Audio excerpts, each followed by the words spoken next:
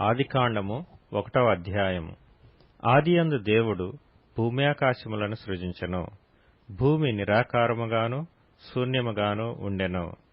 చీకటి అగాధ జలము పైన కమ్మియుండెను.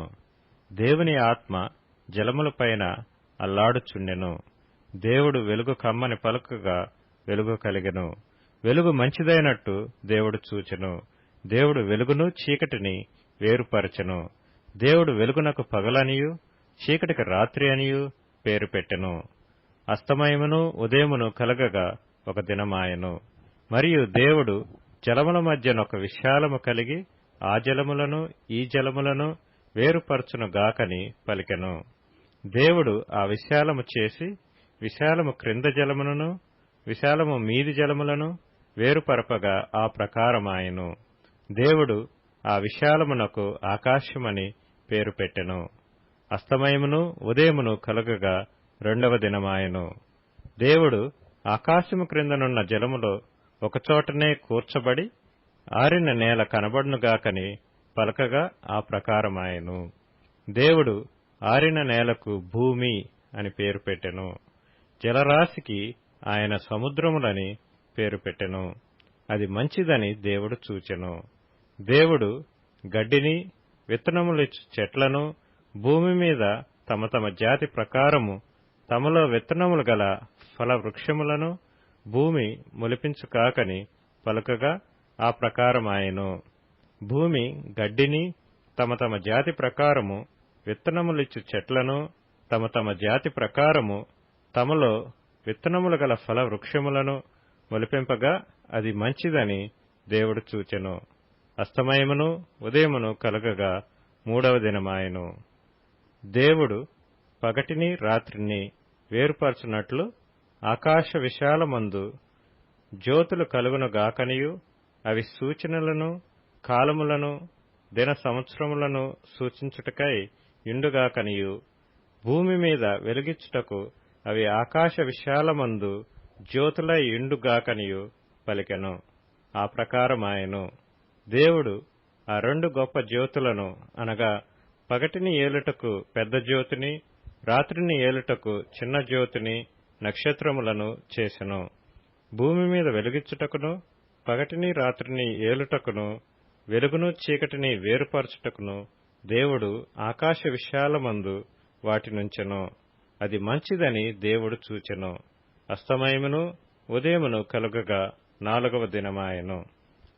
దేవుడు జీవము కలిగి చెలించు వాటిని జలములు సమృద్ధిగా పుట్టించునుగాకనియు పక్షులు భూమిపైని ఆకాశ విశాలములో ఎగురునుగాకనియు పలికెను. దేవుడు జలములలో వాటి వాటి జాతి ప్రకారము జలములు సమృద్ధిగా పుట్టించిన మహామత్స్యములను జీవము కలిగి చెలించు వాటినన్నిటినీ దాని దాని జాతి ప్రకారము రెక్కలు గల ప్రతి పక్షిని సృజించెను. అది మంచిదని దేవుడు చూచెను.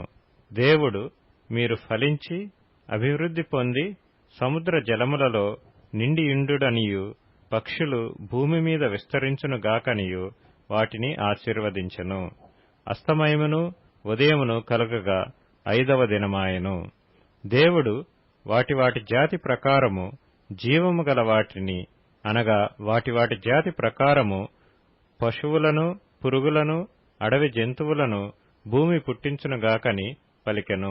ఆ ప్రకారమాయెను. దేవుడు ఆయా జాతుల ప్రకారము అడవి జంతువులను ఆయా జాతుల ప్రకారము పశువులను ఆయా జాతుల ప్రకారము నేలను ప్రాకు ప్రతి పురుగును చేసెను. అది మంచిదని దేవుడు చూచెను.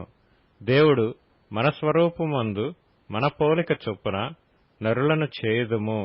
వారు సముద్రపు చేపలను ఆకాశ పక్షులను పశువులను సమస్త భూమిని భూమి మీద ప్రాకు ప్రతి జంతువును ఏలుదురుగాకనియు పలికెను. దేవుడు తన స్వరూపమందు నరుని సృజించెను.